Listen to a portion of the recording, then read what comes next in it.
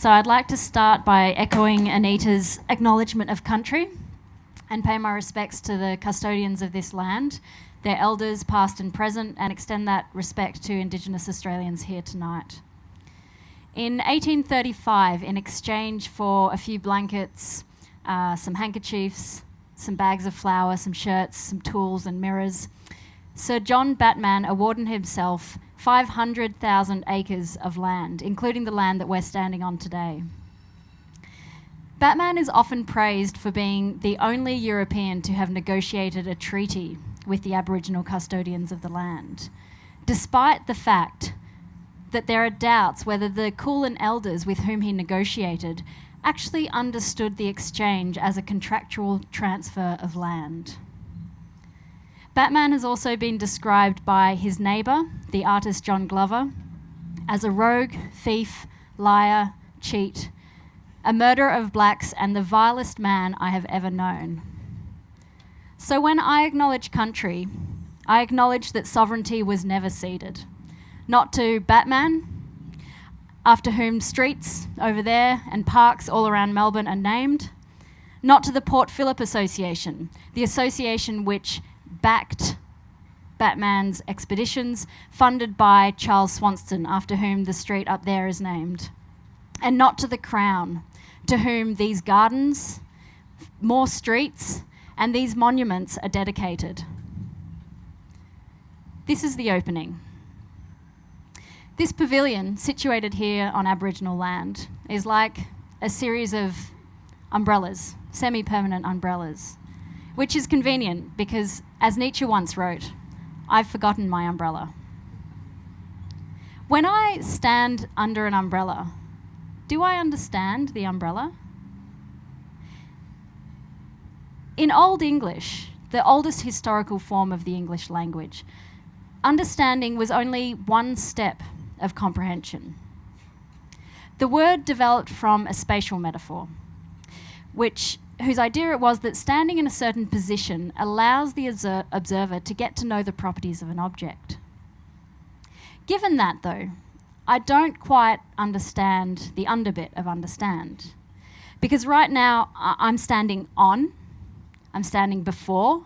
If I step forward a bit, you could even say I'm standing among. But I'm not really standing under the thing that I'm trying to understand, or the thing that I'm trying to get you to understand. It doesn't do much good to our comprehension of things to stand under. I guess I stand under this ceiling, and so do you. Well, most of you, some of you are standing and the rest of you are sitting, but in the sense that you're present, you're existing, you're constant, you are standing. And the first step to eliciting one another's sympathy, one another's understanding, is to be close to each other, to be in the vicinity of each other, literally. And so we must all understand this non-metaphorical roof, the ceiling of this pavilion which shelters us. And under these circumstances, we can begin to understand the use of under in understand.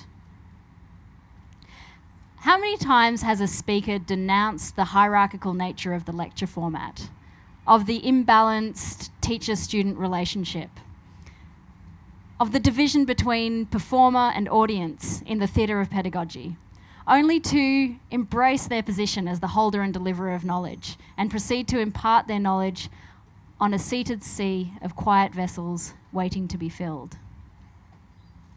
In West Saxon Old English, a dialect of the oldest historical form of the English language, the word understandan coexisted with two other words. The first one, forstandan, for meaning in front of, and standan meaning to stand. This to me appears to be a more accurate spatial description of how institutional learning takes place today. It described everything that standing in front of could entail. It simultaneously meant to protect or defend, to help, to resist, to oppose, to benefit, to signify, or to be equal to. And at the same time, the word undergeten existed. Under, meaning amongst, and Gieten meaning to get. Undergieten meant to appreciate, to realise or to apprehend. Things that can only really be achieved in proximity. So the idea of getting amongst it and standing in front of it was synonymous with the idea of understanding. In English now, under means under. It very rarely means anything else. In German, however, unter is often used even today to mean among or between, like unter uns, between us or among ourselves. And yet the word today in German for understand is not unterstehen. It's not vorstehen, which would relate to vorstanden, but it's verstehen. Now, stehen is understood as standing, stand, but ver is a very interesting, quite slippery verbal prefix. Ver is used to denote transition, often into a negative state. It's used in words like verlassen, to abandon, verlieren, to lose, vergessen, to forget, and verderben, to go bad. So all things that are transitioning into a negative state. So what is it doing in verstehen? What's it got to do with understanding? What the ver in verstehen suggests to me is that in the process of understanding, the standing position of the perceiver must necessarily become destabilized by standing before, standing behind, standing next to, withstanding and getting amongst it and transitioning through confusion, as some of you may be doing right now, as necessary steps to understanding. And more literally, in German, Unterstand means a shelter or a refuge.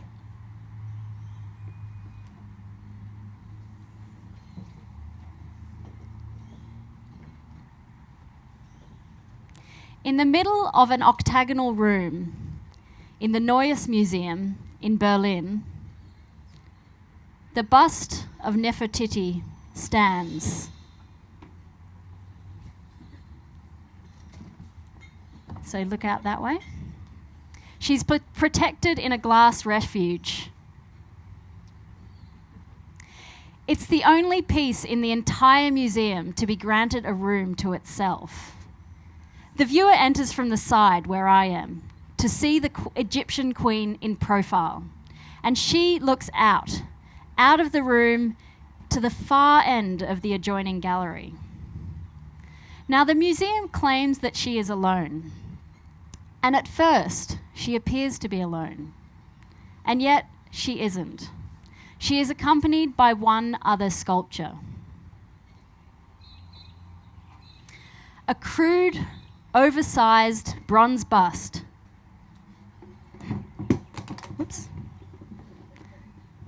stands here in an alcove of a room.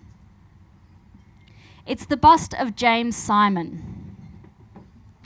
He is the museum's greatest benefactor, and the man who commissioned the dig in 1912, where the bust of Nefertiti was uncovered and subsequently illegally removed from Egypt. In this new curation, the bust of James Simon is directed to look exactly at the bust of Nefertiti, locked into a gaze that she cannot return, in a curated declaration of possession. Possession by the collector, possession by the museum, and possession by Germany.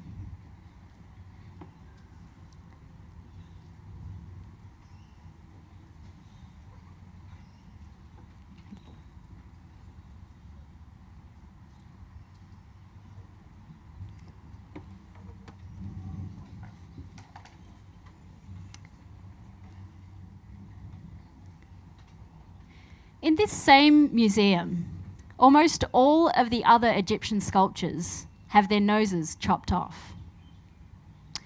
While a likely explanation is that the protrusion of the nose makes it susceptible to damage, it can be seen on sculptures where the fingers and toes are still perfectly intact, and where the nose is clearly protected by other elements of the sculpture, such as this one, hiding behind a tablet. These appear more like intentional disfigurations, the nose chopped off in the belief that the spirit of a person continues to live in their effigies, and that the only way to prevent the resurrection of a tomb statue that you may have stolen was to remove their final link with the real world, their lifeline via the nose.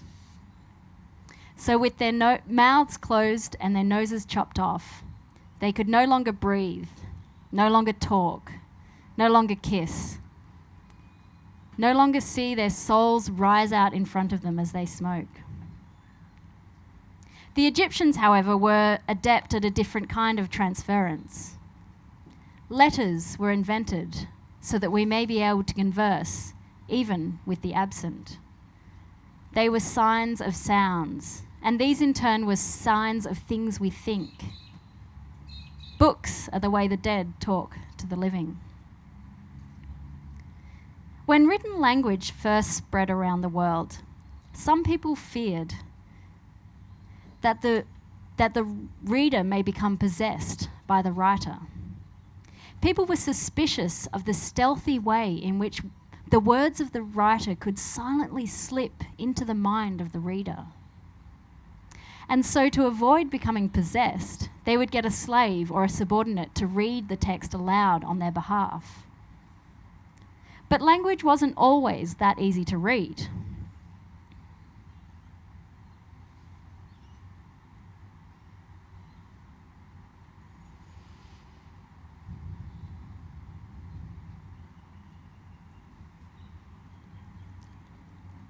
In fact, it wasn't until the 4th century AD that the first instance of silent reading was recorded. There is an account of Alexander the Great totally bewildering his soldiers by reading a letter from his mother in complete silence. They describe it, his eyes scanning the page, his tongue held still. It wasn't until late in the 4th century, late in the Middle Ages, that until late in the Middle Ages, writers assumed that their readers would hear as well as see the text, much as they themselves spoke the words out loud as they composed them. We see this assumption upheld in Hollywood today.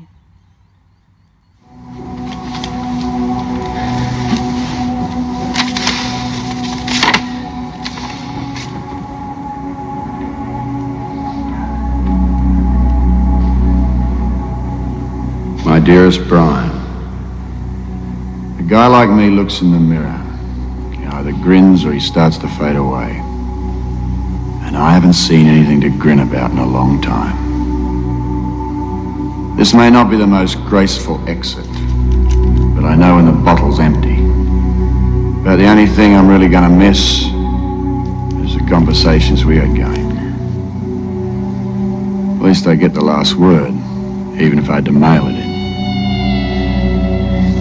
Coglin's Law. Bury the dead, they stink up the joint. As for the rest of Coglin's laws, ignore them. The guy was always full of shit. But I guess you knew that already.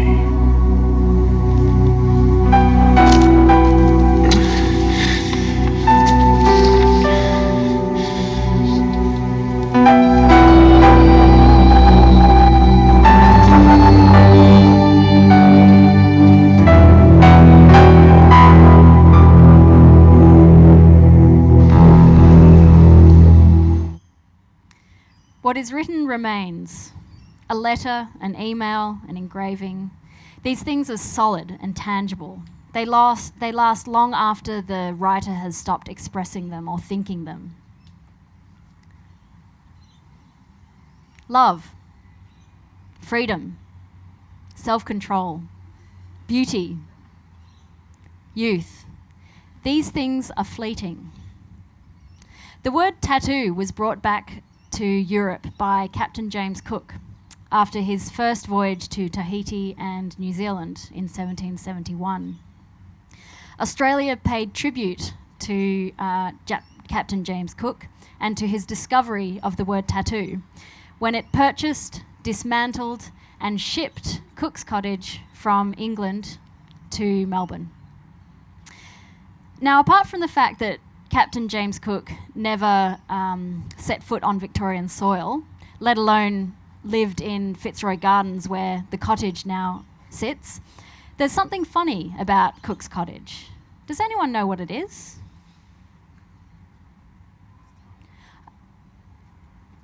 It's tiny? That's pretty funny. I'll give you a clue. It's in the punctuation. The funny thing about Cook's Cottage is the apostrophe. It reveals that this house, originally claimed to be the birthplace and home of Captain James Cook, is nothing of the sort. The stone over the doorway reveals that it was built in 1755. When James Cook was 27 years old, and long after he had left home. It's not known, in fact, whether James Cook even saw the house, which was inhabited by his parents, let alone set foot in it. This is acknowledged in the shifting apostrophe, where once it read Cook's Cottage, apostrophe S, referring to the singular Captain James Cook, it now reads Cook's Cottage, S apostrophe, referring to any number of the Cook family. So if what is written remains, what is spoken vanishes into the air with the breath. It's volatile, it quickly vaporizes and disappears, it flies away. A contract, a secret, a declaration. When uttered, it's formless and is created and destroyed in the same instant. Words can pass easily from one form to another. In chemistry, to sublime is to pass from being being a solid into a gas without first passing through being a liquid. In the act of reading silently, words pass from a solid state on the page to a spiritual, airborne state of thought without passing through the liquid of the mouth. And indeed, language becomes a sort of spirit that possesses the reader. Let's look at the archaic verb formation, methinks. It's a surviving Old English dative construction, often used today in a mock pompous way to mean I think or it seems to me, where me is the object, not the subject of the sentence. Just a quick grammar lesson to go over the basics. In English, a basic sentence construction would go subject, verb, object. He reads the letter. Thomas kisses Henry. They plant the tree. Okay? So in this sentence, the me is actually the object, because if it was the subject, it would be I. So just to make it clear, because the object usually goes after the verb, we're going to put it after the verb. So thinks me. So the subject here is unknown. There's no subject. But there's a clue. The verb thinks is in the third person.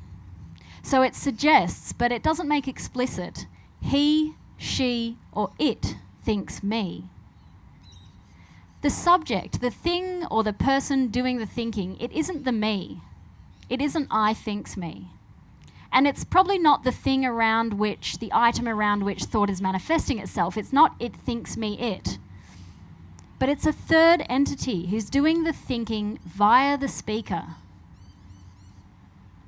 What this suggests to me is that thinking was thought of at the time, not as something within the capacity and the volition of the individual who is merely a conduit of thought, but thought was something that came from an external source.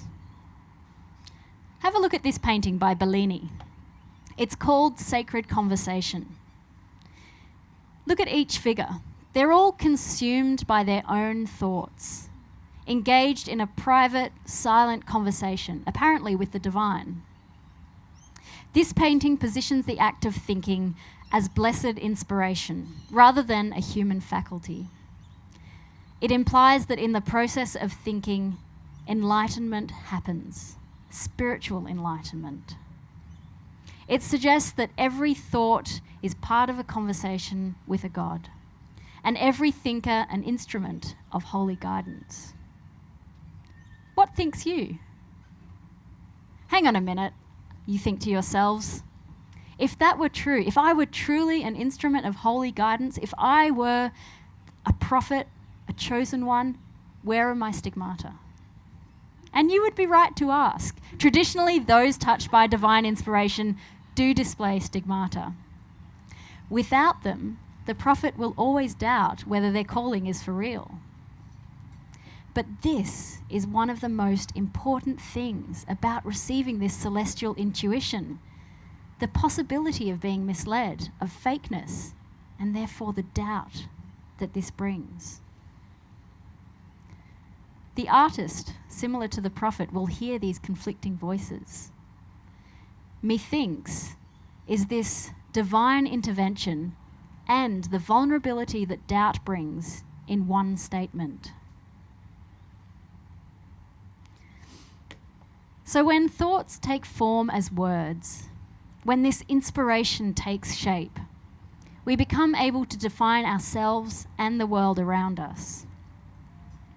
And as individual separate words relate to one another in sentences, we also become capable of imagination. The mind draws from the pool of words that we know and combines them in new and unexpected ways. That's how, without ever having seen one, you can all quite easily imagine a golden mountain, or a finger bun iced with rainbow sprinkles.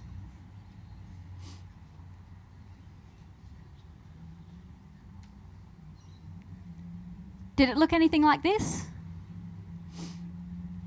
The human imagination is an incredible thing. Once language has been acquired, the owner cannot be rid of it. 90% of everything you say, you have heard in the last 48 hours. Written signs entice reading. Conversations solicit eavesdropping. And gestures become entrapped in its symbolism as extensions of language. A handshake, a kiss, or a wink. Now, I need two people to help me with this next bit, so can I have some volunteers? All right, thanks. You got volunteered. So you're King Henry. The year is 1162. And you have a really good friend. So you're King Henry II. You have a really good friend. His name's Thomas Becket. Do you want to choose your Thomas Becket? John B. Yep, up you get, John. Thank you. So you two are really good mates. So show that you're really good mates. Excellent. So you're an advisor and a friend to King Henry II, and you're so close that you decide that you want Thomas Becket ordained as the Archbishop of Canterbury, okay? Because you're pretty sure you see eye to eye on everything. So ordain him Archbishop of Canterbury. Excellent. So this would be a marriage made in heaven, a beautiful union of church and state, okay? So once Thomas Becket gets ordained, he starts to get pretty cheeky. He starts to demand some things that King Henry wasn't expecting. So you start asking for more power, more privileges, more land, and you are not happy, okay? So a rift grows between you. Show me that rift. All right. Excellent. And Thomas Becket has to flee into exile. Flee. Thank you. That's good enough, thank you. So after 5 years of hiding in France, Thomas Becket wants to return home. So, is this on? Yep. So you ask King Henry if you can return home. Henry, my friend, I am ready to return. Will you receive me? So King Henry agrees, and he says that he'll accept Thomas Becket back in his love and grace. I accept you back in my love and grace. Come a bit closer. But Becket was fearful. I'm afraid. He needed a sign. Stay there, you're not back in England yet. He needed a sign from King Henry that neither his job nor his life would be threatened. Repeat after me. Your promise Your promise will only be made binding will only be made binding with a kiss with a kiss on the lips. on the lips. But King Henry refused. Repeat after me. Yep. Earlier on, In in a fit of rage, I swore a solemn oath to myself I swore a solemn oath to myself never to give the kiss never to give the kiss to Thomas Becket again. to Thomas Becket again. What to do? The Pope even intervened. He was like, come on, King Henry, give him the kiss, just do it. King Henry offered the kiss from his own son, but Thomas Becket wanted the kiss from King Henry himself. He was also really keen to return home, and seeing as King Henry wouldn't back down, he decided to do so without the security of the kiss. Come home. And what a mistake that was. Only a few days afterwards, he got up to his same antics, and King Henry, really pissed off, said, Will no one rid me of this troublesome priest? will no one rid me of this troublesome priest? Without the security of the kiss, 4 of the king's knights, overhearing what King Henry said, decided to act on this rhetorical question and visited... Oh, you've beheaded yourself in advance! Visited Thomas Becket in his church, slicing off the top of his head and spreading his brains on the church floor. Thank you. Give them a round of applause.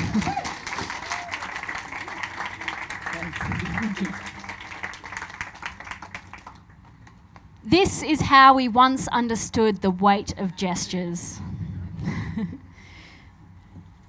Today, ritualized forms of touching have given way to rituals involving documents or objects as proxies. The planting of trees is an elaborate handshake, a contract minus the signature, a promise without the kiss, where the purpose of the agreement is channeled through an ambiguous and symbolically flexible object.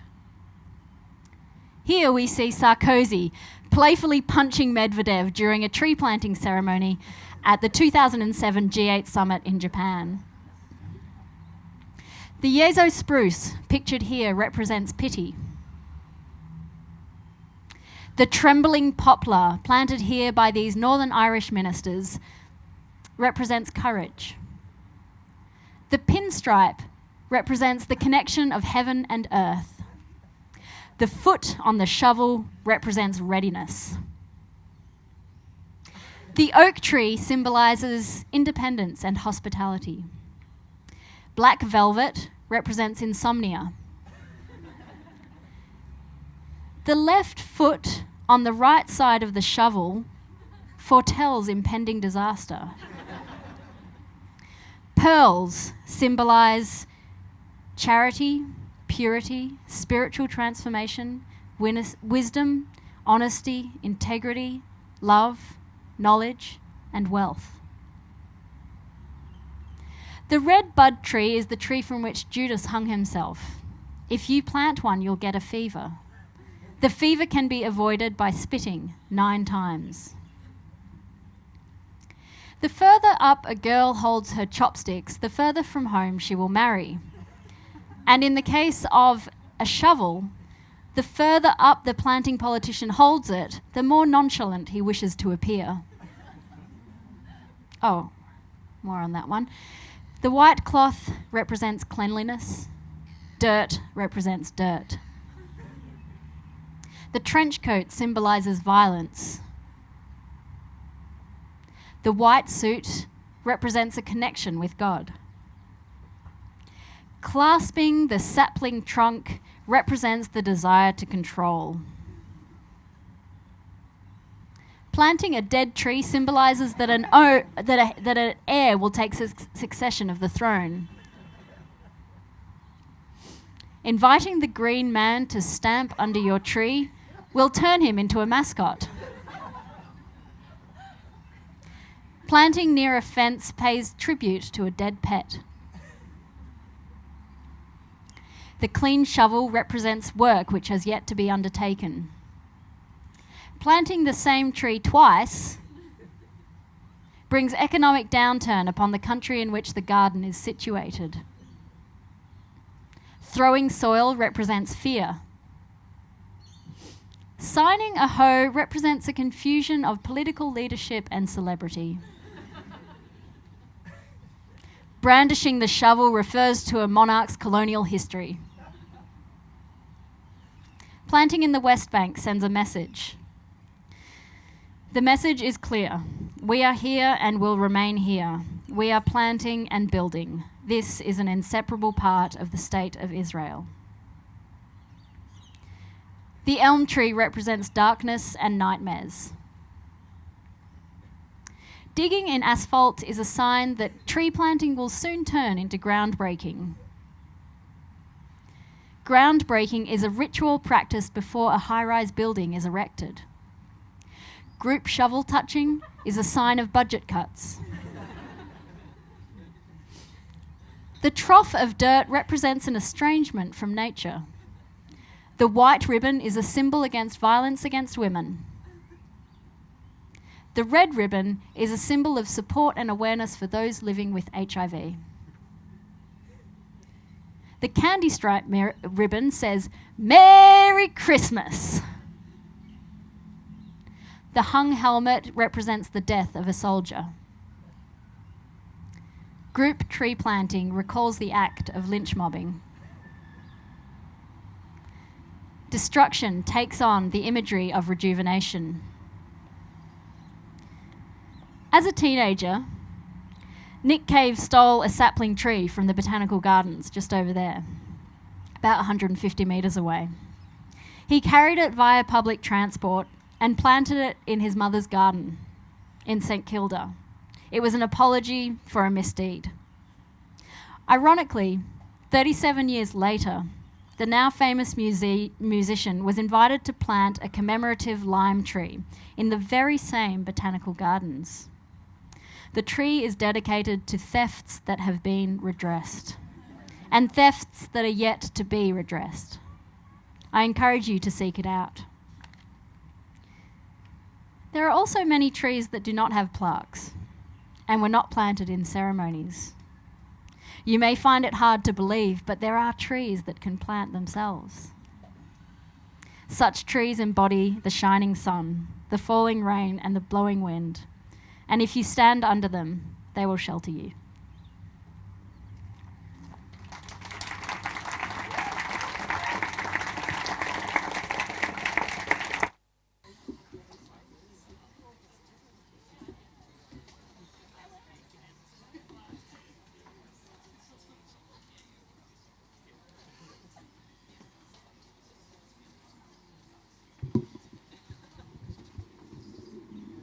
Hello.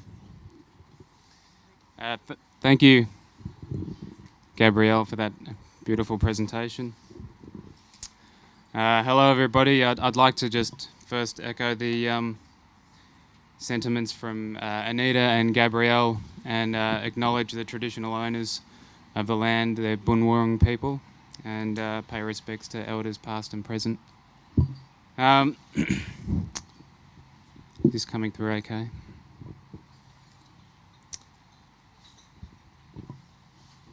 Just be yourself.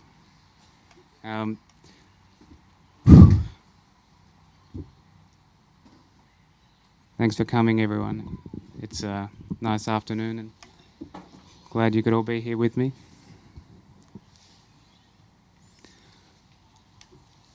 Most everything I know about being a human has come from my mum. When my brother and I were kids, and Mum would drop us off to a school social, her last words before she drove off would be, "Have fun, look after each other, just be yourself." It was at those school socials that I first gained an appreciation for thoughts and feelings and how the two don't always go hand in hand. popping my pimples in vain, a 15-year-old me discovering that the fantasy is always better than the reality. In the Spanish town of San Sebastian, there's a tradition at the end of every school year where the children gather around at the beach and light bonfires.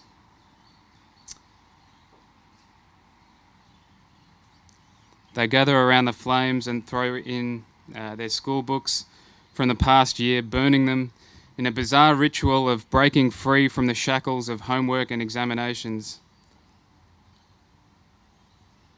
As an Australian, I've found the practice strange, mainly because if it were done here in December, half the country would be on fire. So.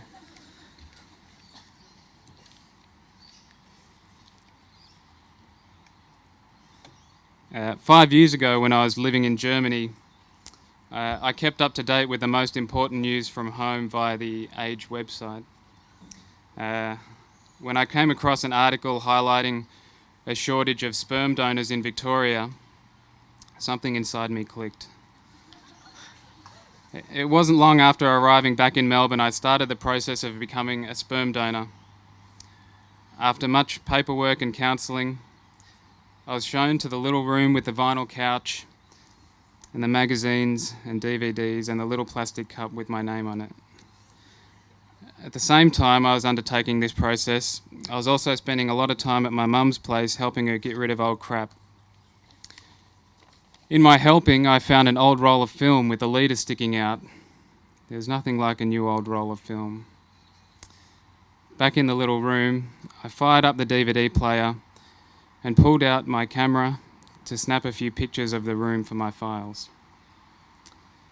I dropped the cup off to the nurse and the film off to the lab. The results for both weren't exactly as I'd hoped. Though I can procreate privately, it turns out my sperm is not suitable for public consumption, and the roll of film I shot had already been shot some 16 years earlier in 1996. Here you can see my brother and my mother sitting on a piano stool overlaid with the opening credits to Electric Blue Part 23. And this one is one of my brother and I on the couch and a copy of a heavily used magazine entitled Gallery. Hi, Mum.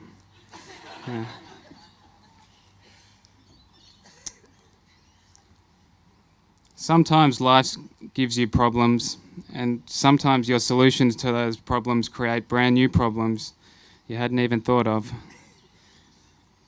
In this instance, somewhere between a thought and a feeling were 10,000 specks of polystyrene.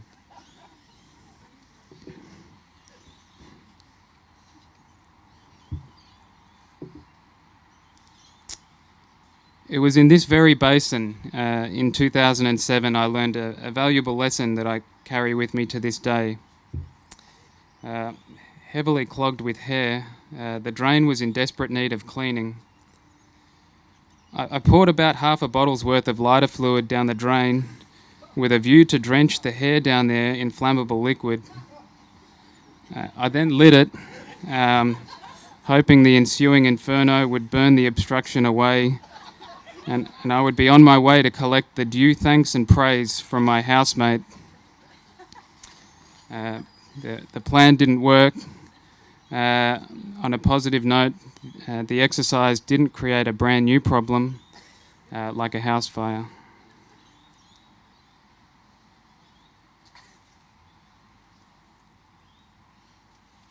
This is a picture of me eating paint.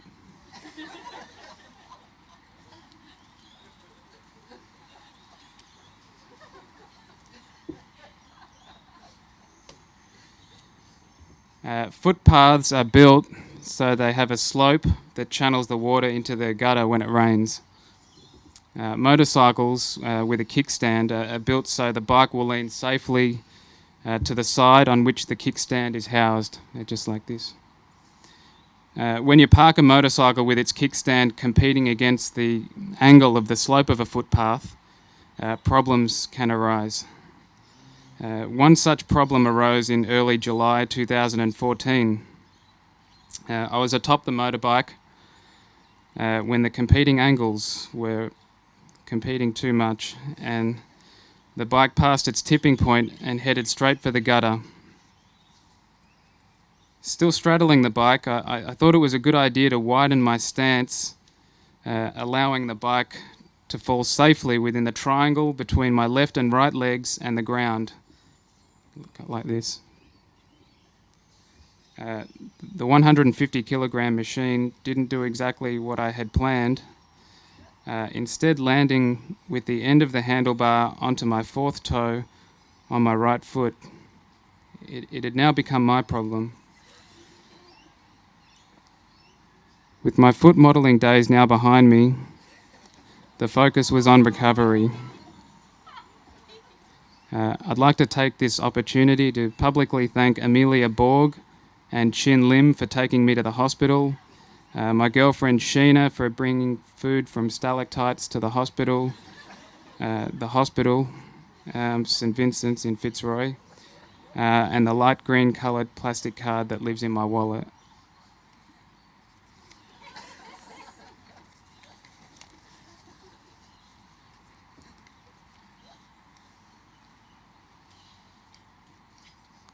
I can't remember the first time I tried cheese, and I can't remember when I made the decision to make some of my own.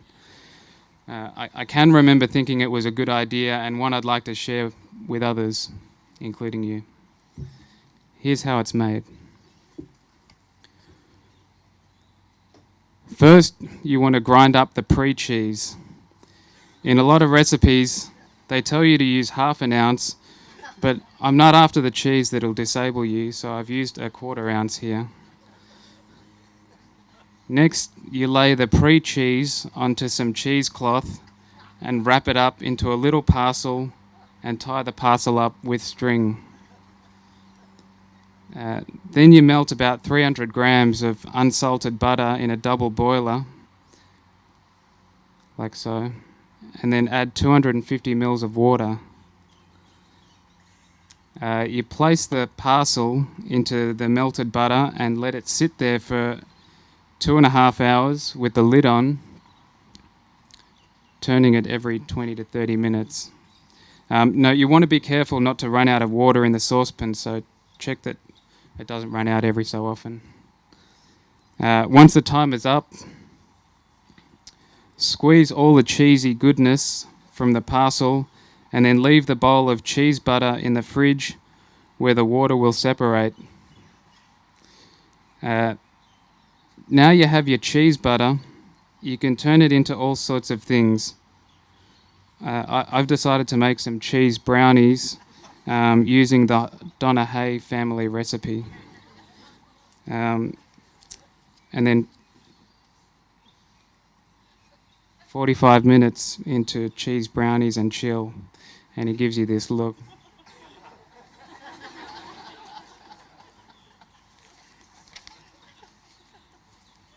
Enjoy cheese safely, please. Sometimes I'm so overjoyed with the smallest achievements, like digging a trench around my tent on a weekend when it doesn't stop raining. That's for everyone who likes little things. The slack worker follows a wristwatch that runs slow at the start of the day and a wall clock that runs fast at the end of the day.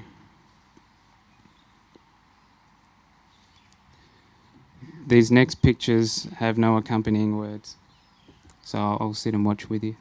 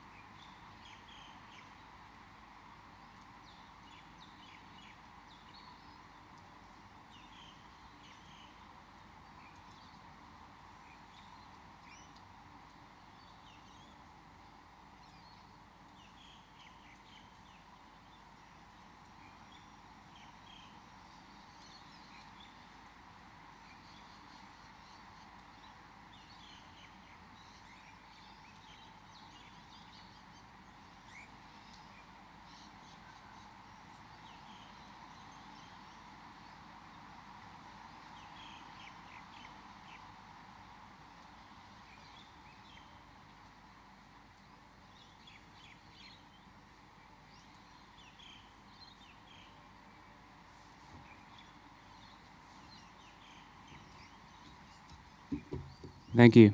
Good night.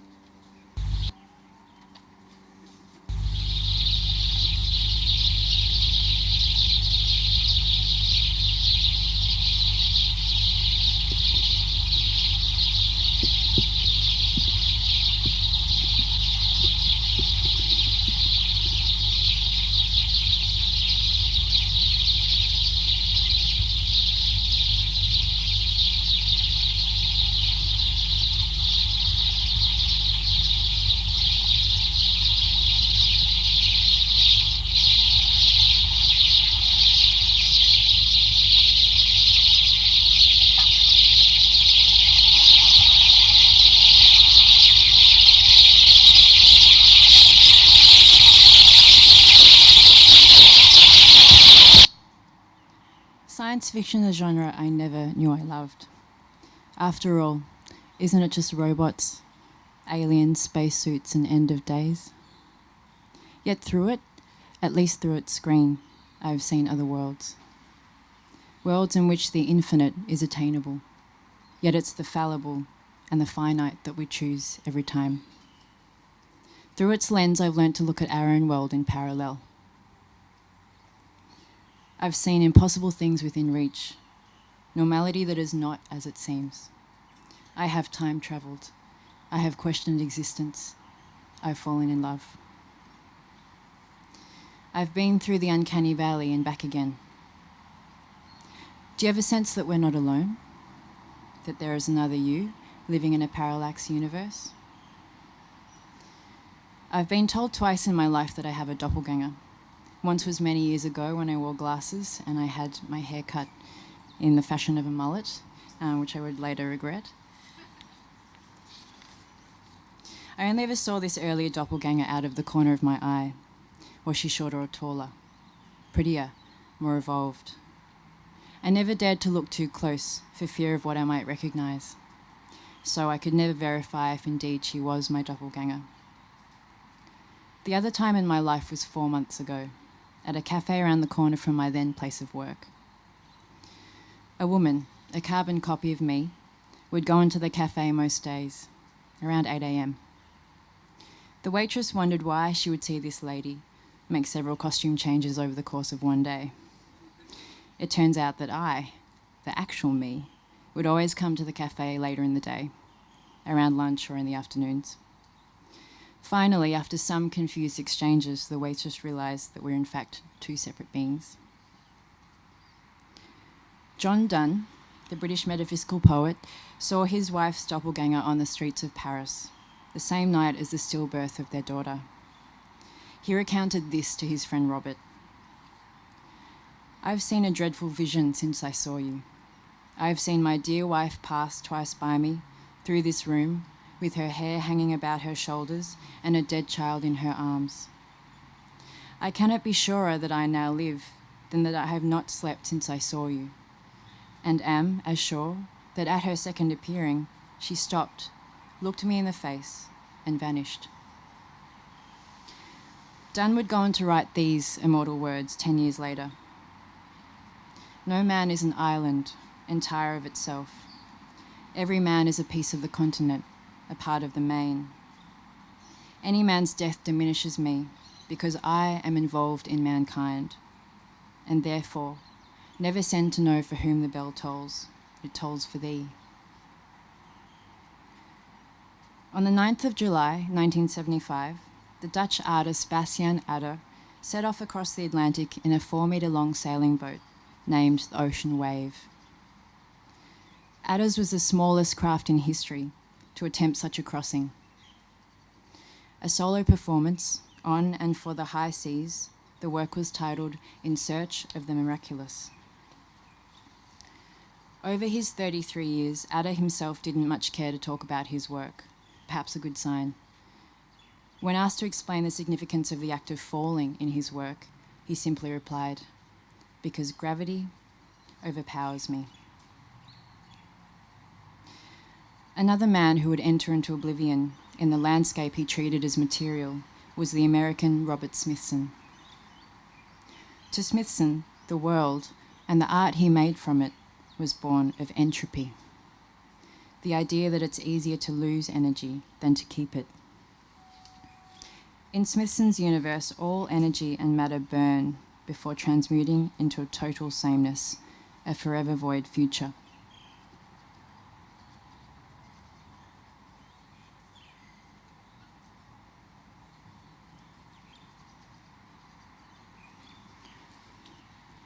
While he became a centrifugal force in downtown New York of the 60s and early 70s, Smithson was a Jersey boy.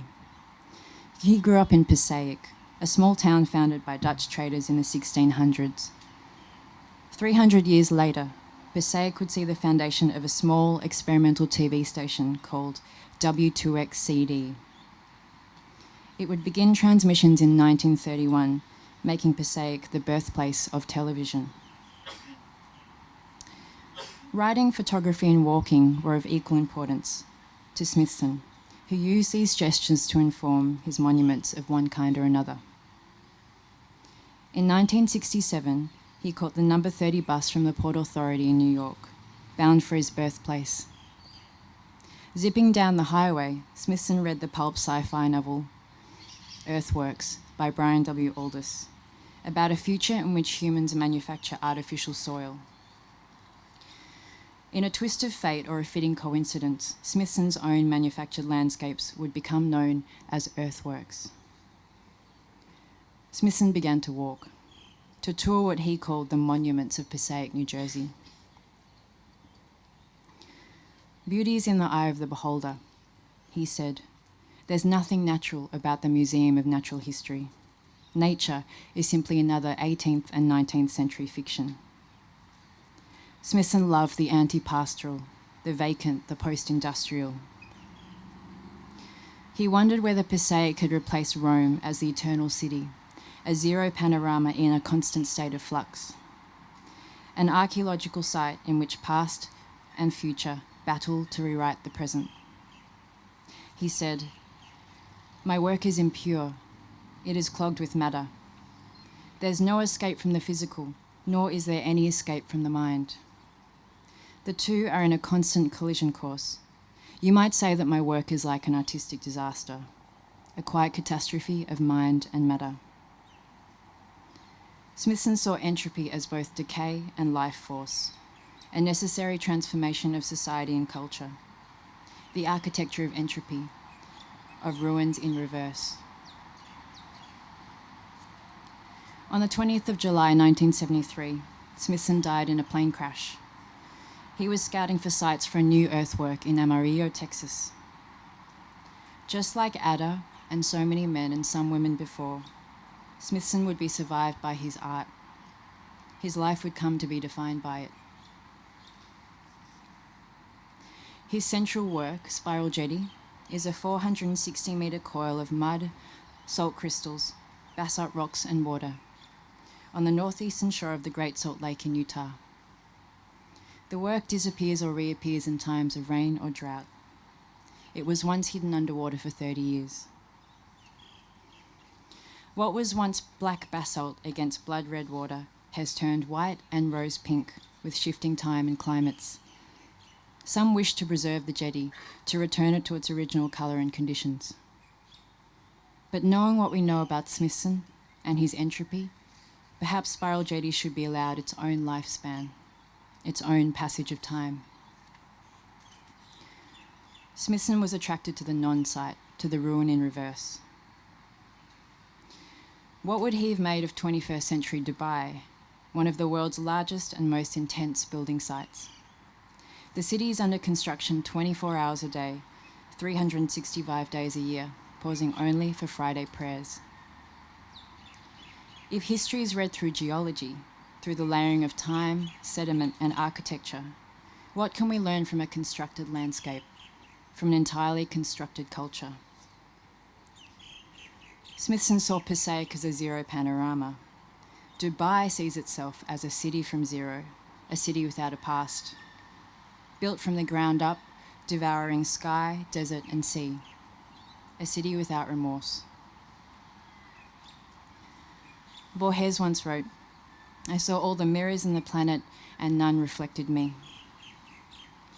The writer Shimon Bashar says that if you stand on Sheikh Zayed Road in downtown Dubai, all you see is an endless lineup of multicolored mirror glass skyscrapers, a city reflecting its own reflections ad infinitum.